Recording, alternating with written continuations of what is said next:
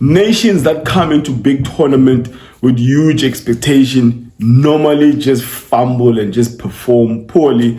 And the smaller nations that are coming to tournaments with this underdog tag, they tend to do fairly well. And I'm in no way saying that Mauritania is going to win this year's edition of Afcon. Well, I go by the name of Oscar and it's a football where I discuss anything to do with football from Africa to the world and from the world to Africa. Yes, this is the last episode on the three-part episodes where we're discussing the groups. And today we are discussing Group D, which consists of Algeria, Burkina Faso, Mauritania, Angola, and Group F, which will have your Morocco, DRC Congo, Zambia, and Tanzania.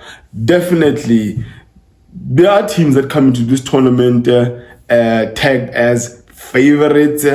Ask Algeria what happened to them. The last edition of Afcon. They really performed poorly and they were kicked out in the group stages. Obviously, their approach coming into this tournament will be different from the previous one. They came into the last one as defending champions and they bombed out in the group stages. Now, probably everyone expects the Atlas Lions, Morocco, to win this year's edition of Afcon. Now, it's actually surprising that Morocco, with such a rich history of football, that they've actually never won Afcon.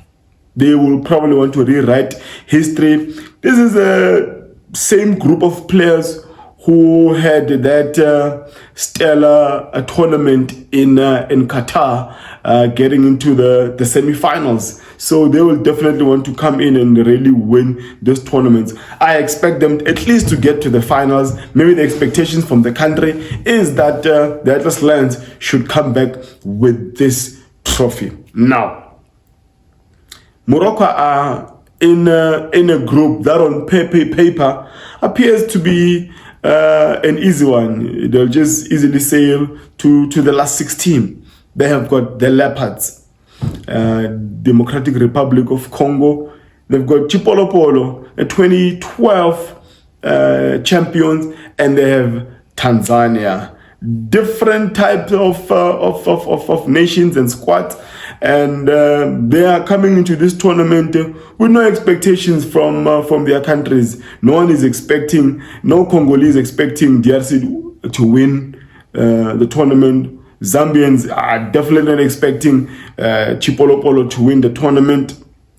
And Tanzanians, they're definitely those ones. No, they're definitely not expecting Tanzania to come back with the trophy. But we've seen with the history of this tournament that there are always surprises in these tournaments. Well, in this group, maybe Tanzania might be the ones who are the underdogs or the one that is expected to probably bomb out in the group stages. And I think out of these 6 groups, I think this group is one of the groups that's going to produce 3 nations going into the last 16. Now, you have a Tanzania that they've got decent players. One of my favorite players that play for Tanzania plays for Simba SC. I'm talking about Kibu Dennis. And forward plays, he's a strong guy. This is a strong boy, big boy. And you've got a lot of boys also playing for Yanga FC. Some are playing in Egypt. So you've got a lot of players who are experienced in CAF Champions League and CAF Confederations tournament. And those guys will help you coming into such a tournament. So do not count out Tanzania. They are underdogs in the group, but I'll tell you this, they might surprise some people. Chipolopolo, no expectation. Say similar to how they came into the tournament in, is it Gabon? Yes, Gabon, when they won the tournament with Kennedy Mwene leading that group. Same thing, they've got some decent players. They've got that Leicester boy, Taka, who they're in the championship now. They've got a good mix of experience, and the young ones, they're led by the Israeli coach Avram Grant. Do not count out Chipolopolo. Decent players as well. And then we have DRC Congo, who are maybe in this group expected to take that number 2 position. We've got players all over the place. We've got players in EPL, in France. They've got the giant Pemba, who it seems like has been playing football for over 20 years, but I think he's still under 20, if he's not maybe 30, I'm not sure. Chancel Pemba, they've got a guy playing for Beşiktaş in Turkey Super League. So they have good group of players. They actually had a sterling run-up and qualifying for this year's edition. Lost their first 2 games but won their last 4.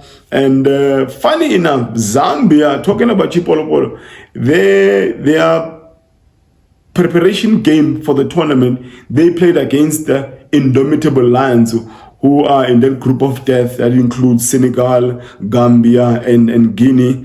And Chipolopolo actually drew the game 1-1 against Cameroon. So exactly what I'm telling you, this will be one of the most competitive, tightly contested Afcon we have never seen. Obviously, the pocket money has also been increased to that $7 million for the winner, 131 million rands. And there's a lot at stake. There's a lot to fight for. And these smaller nations, they are going to this tournament really going for that price tag. So they're going to make it difficult for Morocco, who's expected to win this tournament. And Morocco did, as I said in my previous analysis of Morocco, that they are expected to win the tournament. They went into the World Cup, no expectations. They got to the semis. They were playing big nations. So how they approached those games was consume pressure and then play on a counter-attack. This time around won't be like that. They need to take the game to the opponents. And it will be the opponents now who will be playing more of a counter-football against Morocco. Morocco have got some decent players. They've got that Sevilla striker. They've got Ziyech, who plays for Galatasaray. They've got a young boy playing under the leadership of, as much as he's not getting game time, but he's got a sweet left foot. He's a good player playing for Bayer Leverkusen, Xavi Alonso in Bundesliga. So a good balance of experience and a young ones also at for the Atlas Lions. Now, Group D, Algeria is expected to win. They better do better than the Afcon 2021. Bombing out in group stages. Riyad Mahrez leading this group. This group, I think, is a clear one. They are clear winners here. I don't see any shockers. I don't think they can bomb out in group stages after that poor performance in 2021. So Burkina Faso, I'm not sure if Bertrand Traore is fit or what. The Aston Villa, as much as he hasn't played that much this season for Aston Villa, but he's still a decent winger, a good player. Whenever I think of Burkina Faso, I always think of that guy, that tall striker. What's his name? Aristide Banse. Oh man, exciting to watch that one. I'm not sure if Burkina Faso have produced another Banse. And this group 1 and 2 must be Algeria and Burkina Faso. I'm not giving Mauritania a chance. I'm not giving Angola a chance. Angola, they've been fighting with the federation for bonuses and whatnot. And I'm not giving those guys a chance. So that's it, guys. Group winners, Group D and F should be Algeria and Burkina Faso and D. And it's going to be a tight one in Group F, but Morocco are clear favorites. And the second spot and third spot should easily go to the last 16. Tanzania, on paper, people are saying they might bomb out of group stages, but I will not count them out. And there's a lot to fight for in this year's edition of Afcon 2023 in Ivory Coast. Thank you so much for tuning in. Tell me, who are your favorites to win this tournament? And the next video I'll be doing, we'll be looking at the most fierce forwards, attacking forwards of every nation, just comparing them. And obviously at this point in time, everyone is thinking about Nigeria, Lukman, Osimani, Ahmed Musa. They've had a lot, as much as they are unfortunate to lose Boniface, but yeah. So we will see on the next episode which attacking lineup is better than the other. Remember to do the right thing. Subscribe to the channel, share it on all socials.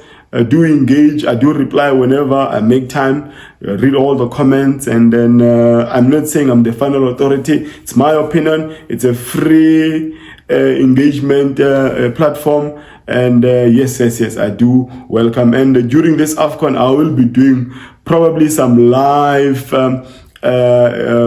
post-match reactions, probably to also partner with some other YouTube channels. And I can't wait. I'm excited for this tournament, and in a few hours time, Ivory Coast will be taking is it Guinea-Bissau or Equatorial Guinea? I don't know. Let's see. Cheers, guys, and may my God bless you all.